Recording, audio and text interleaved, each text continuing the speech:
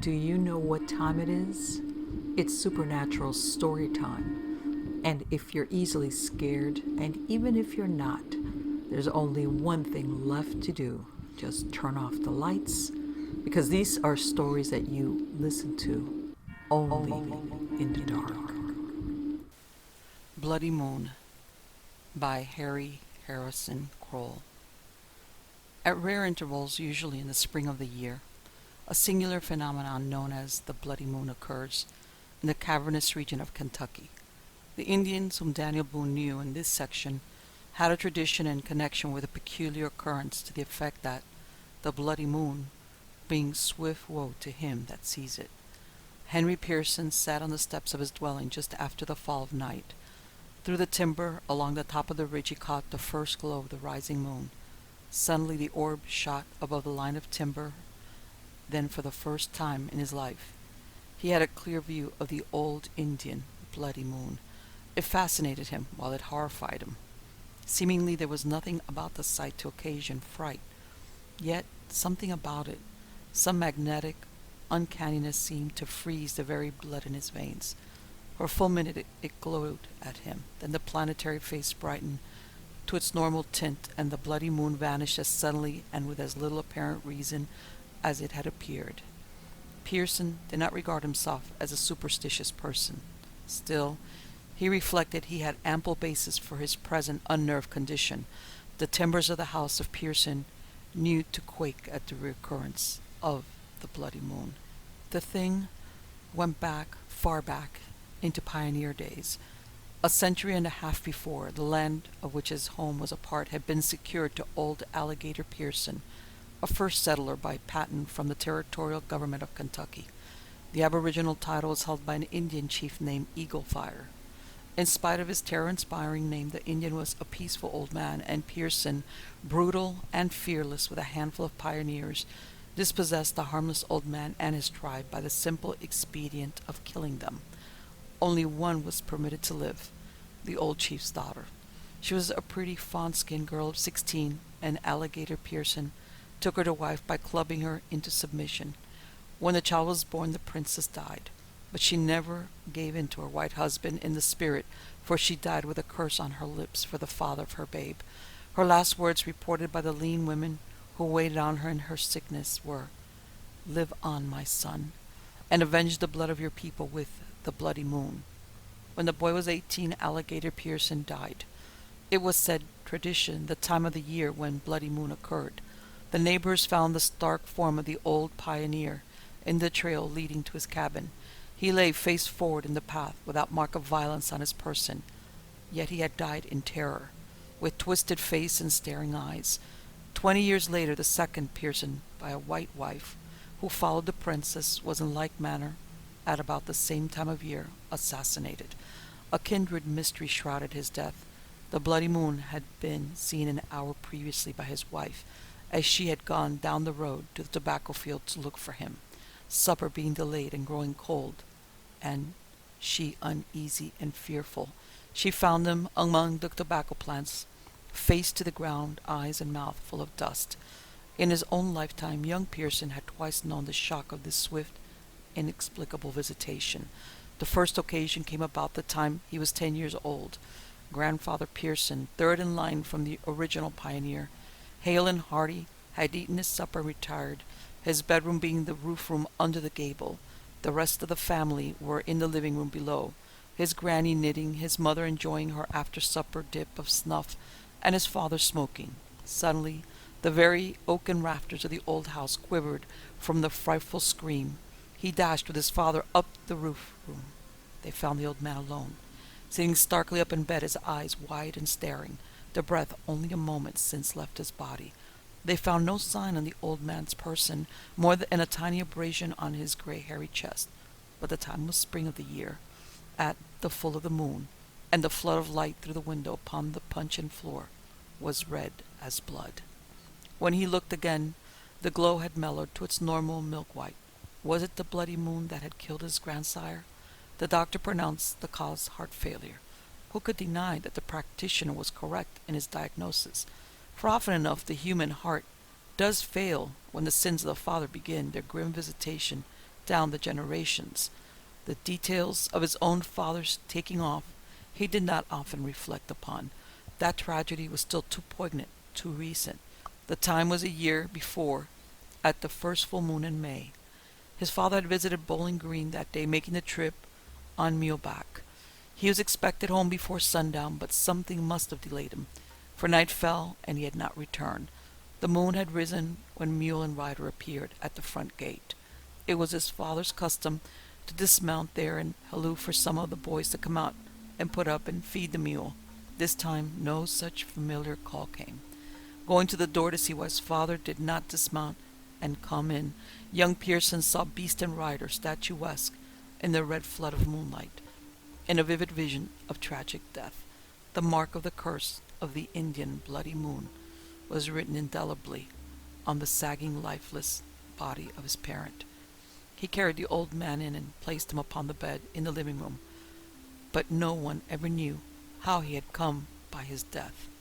Now he had just seen in all of its terrible portent the bloody moon, and the time was spring of the year, in the month of May.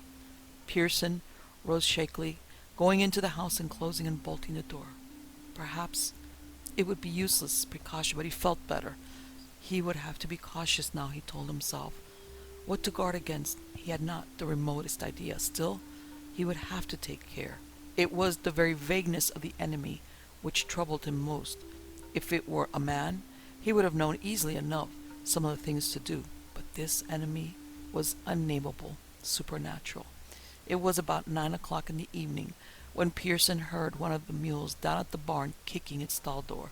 He was a farmer, and knew well enough that this might mean a valuable farm animal would break its leg if permitted to continue its foolish ways.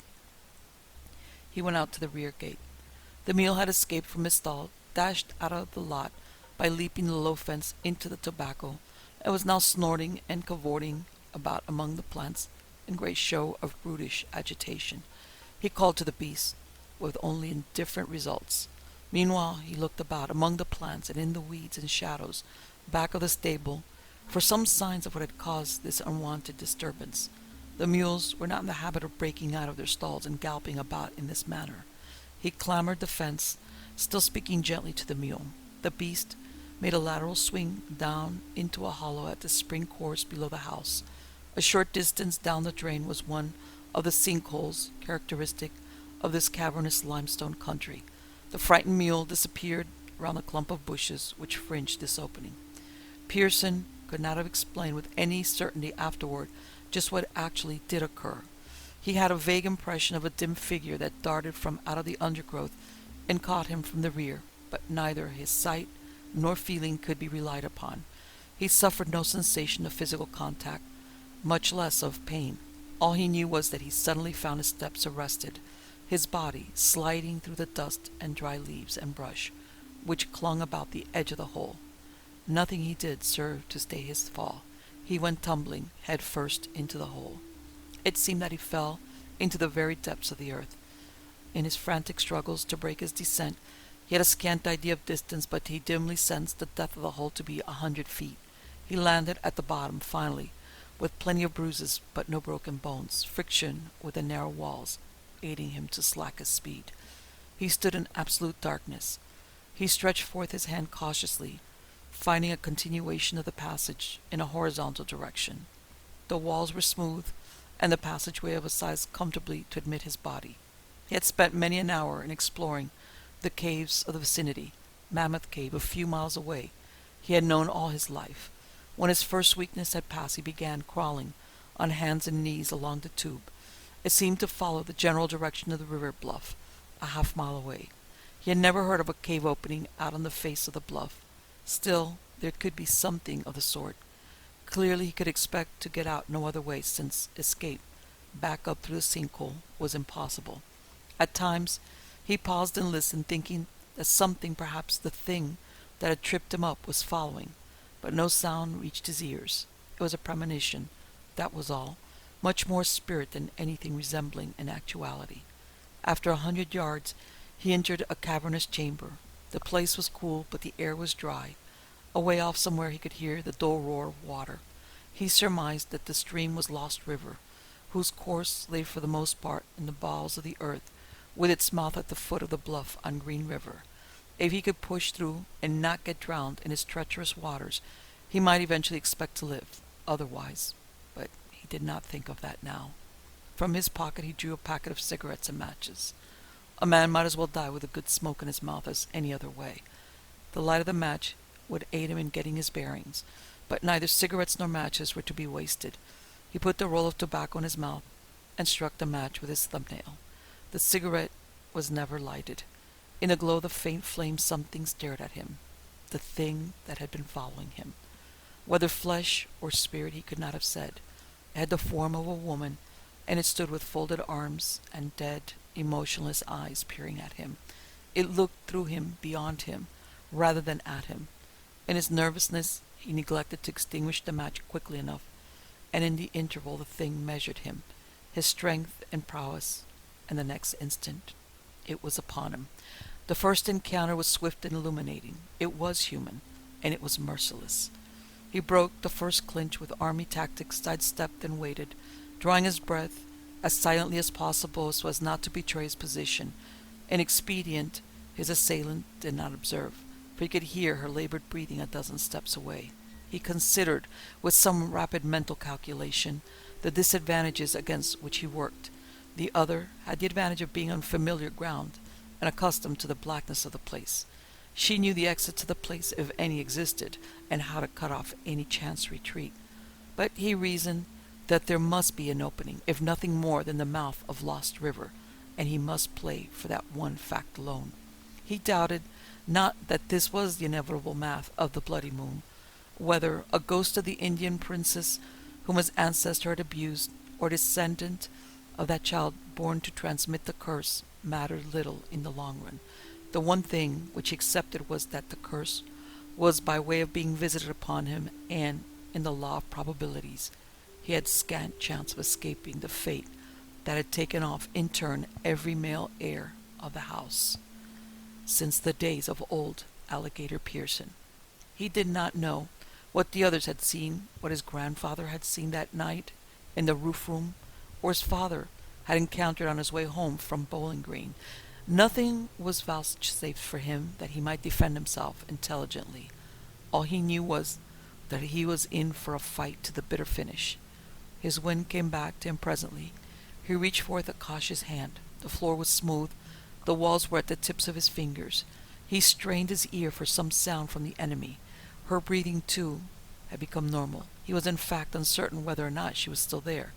Then with silent deftness he drew himself to his feet. He had hoped to sidestep swiftly upon gaining his equilibrium, duck again, and by a second lateral leap evade the attack his movement would inevitably bring about, unless he miscalculated the venom of his enemy. The plan was perfect, except that he had not taken account of his creaking joints. The snapping of his ankles betrayed his strategy. The thing was upon him again. He fought now with deadly earnestness, nor was he a weakling.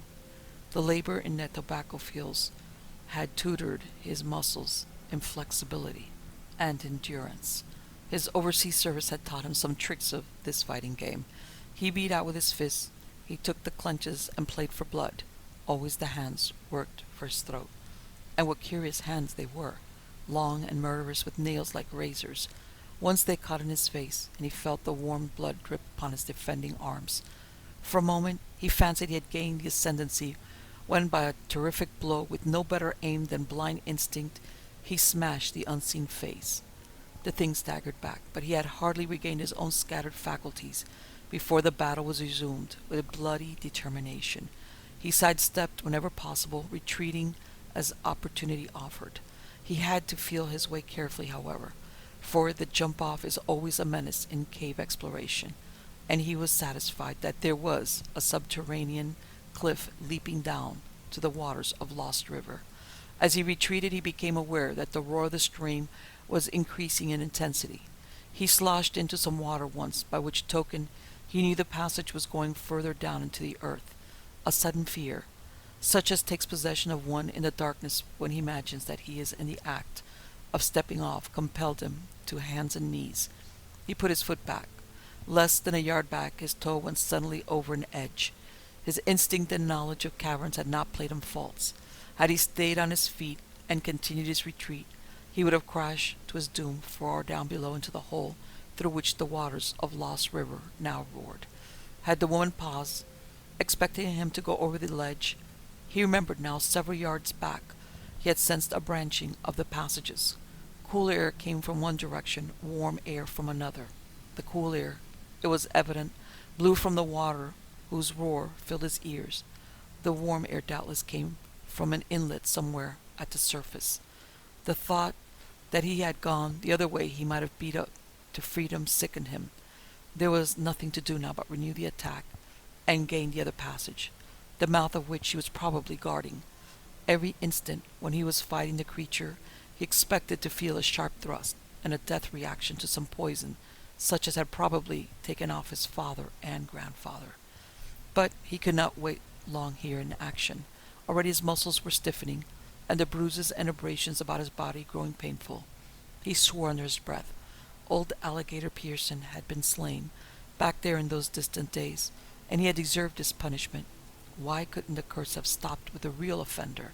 That was the trouble with one of those crimes. They somehow were never expiated until about the 10th generation. There remained nothing but to return to the battle. He got his blood going by waving his arms and flexing his muscles, and then he started forward cautiously. He was making his way steadily along when suddenly he all but stumbled over the woman.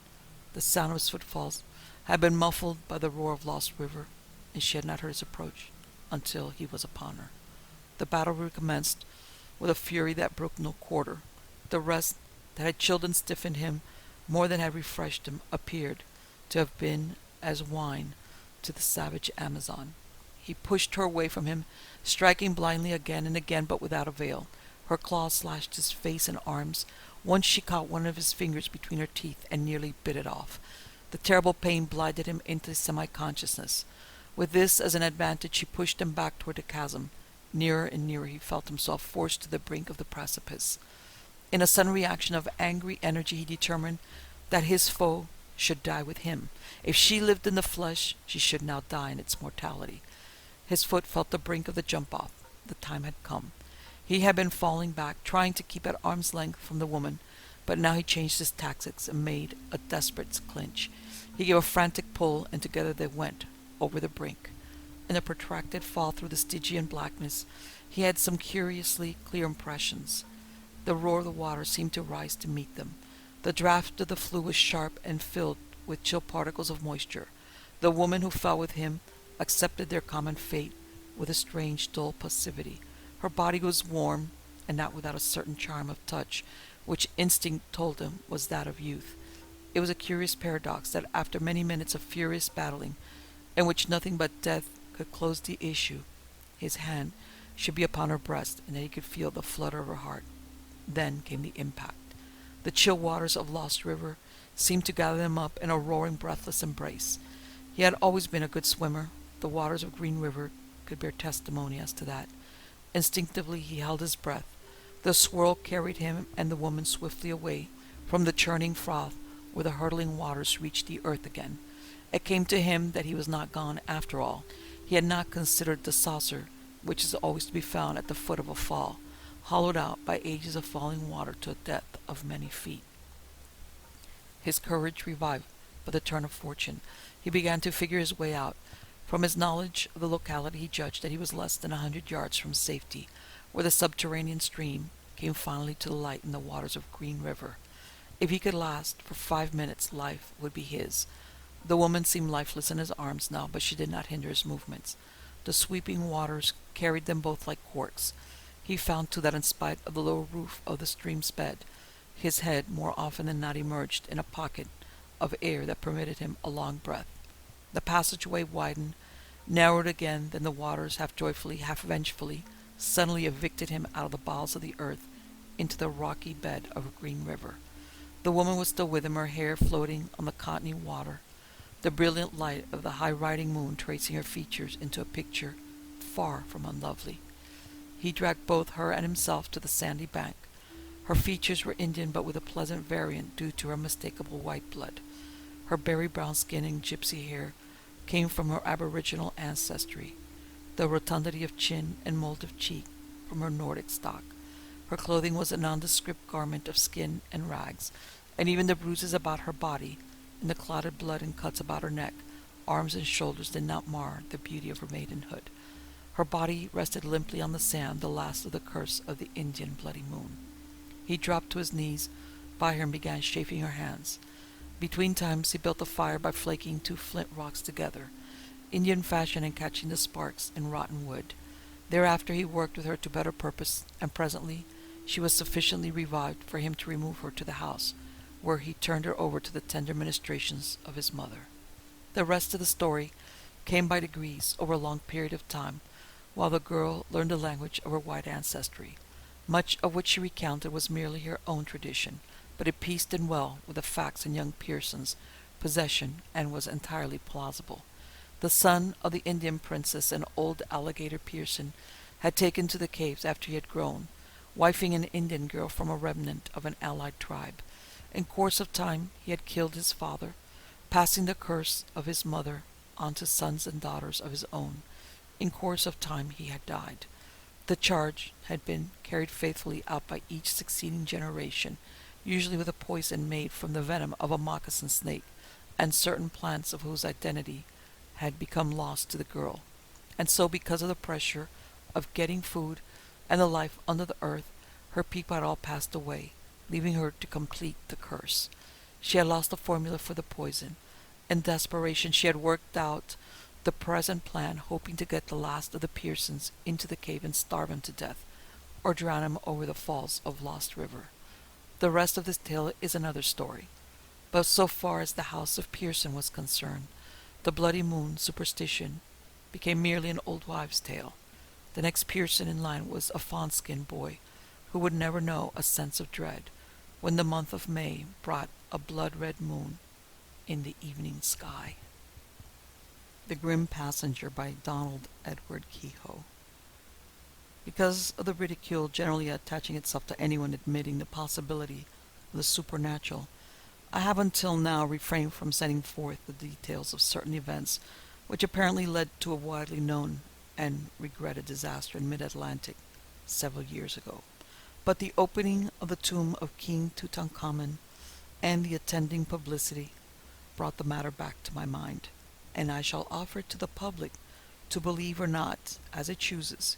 Even now I do not admit that there was anything supernatural about it. That there was something strange and terrible about it, no one will deny. For obvious reasons, certain names have been omitted or changed, but with these exceptions, I have related everything exactly as it occurred. In my position as secretary to the president of the blank Museum of London, I have charge of the sending out of expeditions in search of valuable specimens, ancient and otherwise. For some time during the years of the early 1900s, we had been on the trail of a mummy case supposed to contain the dead body of a certain king whose name is to be found in the history of centuries long past. Credible information having at last obtained as to the location of the tomb containing the mummy, I sent for a man whose name may be remembered even now as that of a famous museum supplier, a man who was well versed in such work, and who was thoroughly dependable because of his matter-of-fact and common-sense nature. I shall call him Thomas D. Stevenson. Acquainting him with all the facts at my disposal, I gave him an order for such equipment as he would need and sufficient funds to cover all expenses of the trip. 2 days later he left London for a spot not very far from that at which the present activities are taking place. Less publicity was given the matter, however, than at the present time because of reasons which concerned a slight difficulty in regard to the law. After reaching his destination, Stevenson encountered obstacles in obtaining guides and other natives to help in the excavation.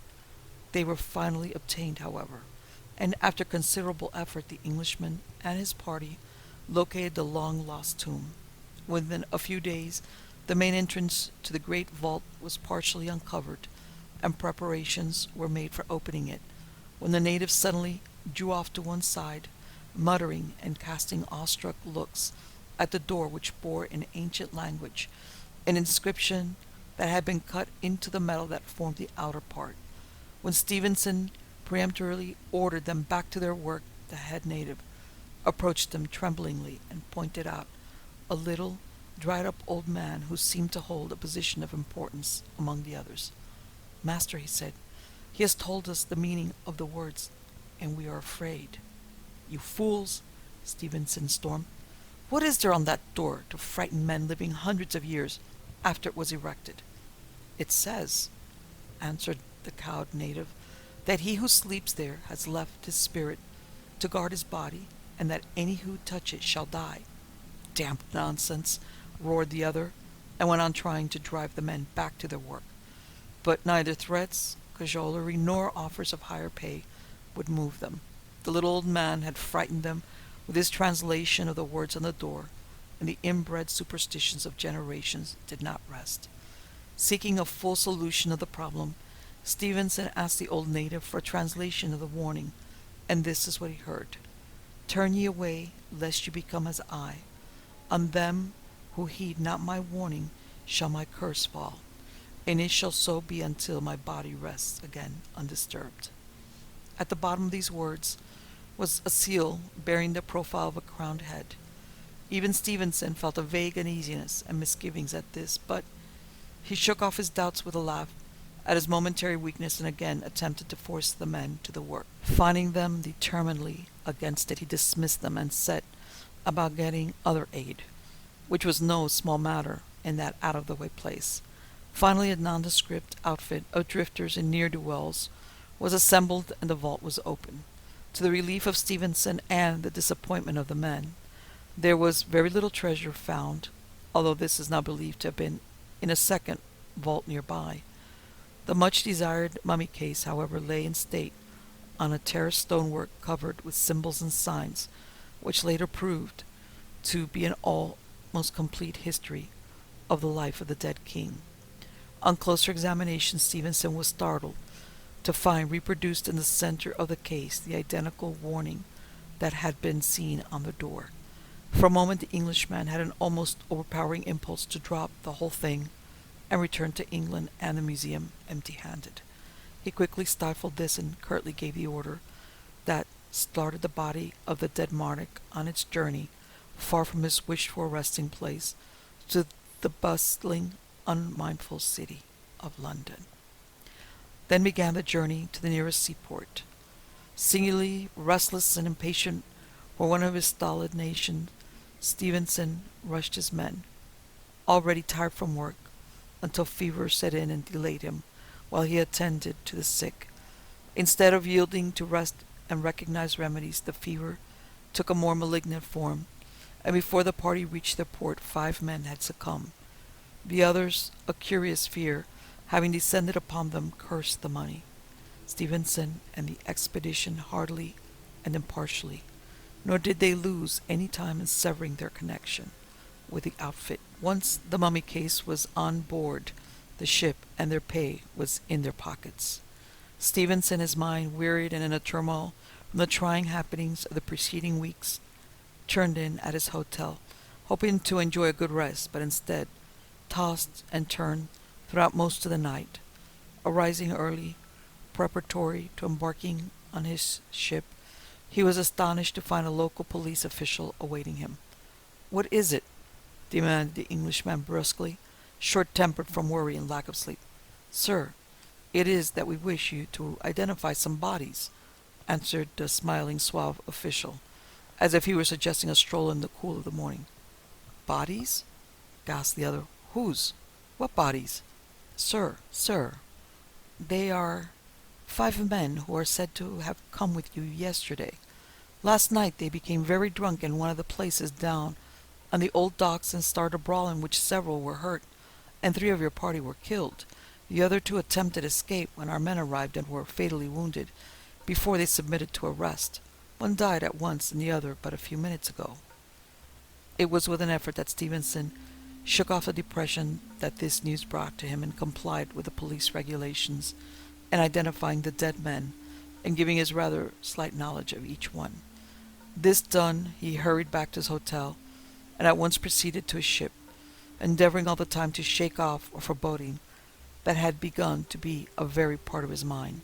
Insistently, the thought hammered itself into his every waking moment and brought him sinister dreams, that of all the men who had entered the forbidden tomb and had defied the warning that had protected the dead king for centuries, he alone still lived.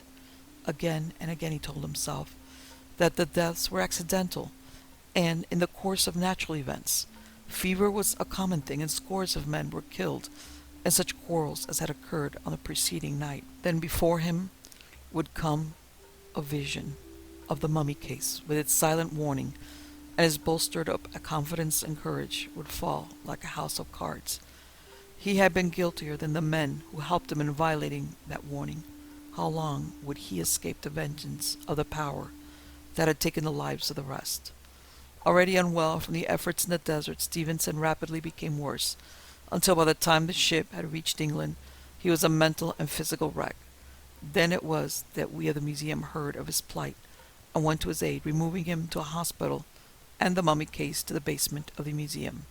At the bedside of the sick man, several of the lesser officials of the institution listened to his story, but even when related the details of the horror that had attended every moment since the removal of the dead king from the tomb, they raised their eyebrows and nodded to each other, in expression of their belief that the heat and the solitude had been a little too much for him.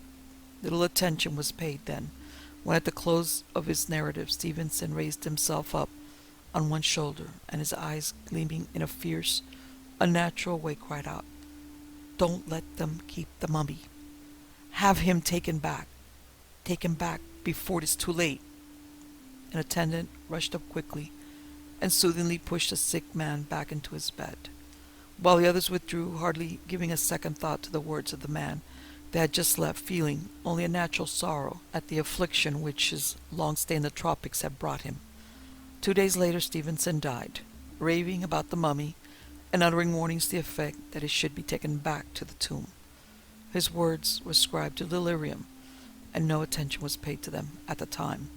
Then the mummy case was brought to the central exhibition room and placed within a case especially prepared for it.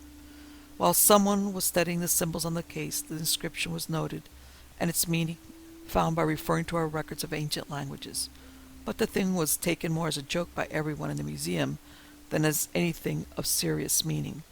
And then, without further warning, tragedy invaded the museum itself. For the very next morning, the night watchman was found dead, directly in front of the mummy case, his eyes wide open, with a look of mortal terror in them, while his face was rigid and drawn with fear, as if the man had died while looking on something so dreadful that his mind had instantly become crazed, even as his overtaxed heart burst from horror.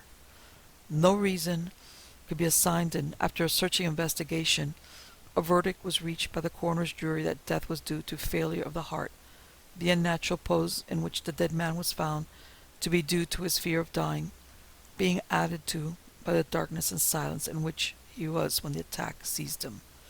This was most unsatisfactory, but no other explanation was forthcoming. Hardly had we recovered from this shock when, early one afternoon, I was startled to hear the sound of a fall, and rushing into the president's room I found him lying on the floor, breathing his last. As I raised his head up from the floor, the dying man gasped out, "Send back the mummy. Send him back too." Before he could finish the words, he sank back limply. A quickly summoned doctor pronounced his death due to nervous disorder that had affected the heart. That ended the day of the mummy in the museum. Before another day we had it carried to the basement, although it was with difficulty that we could prevail on anyone to go near the now greatly feared body.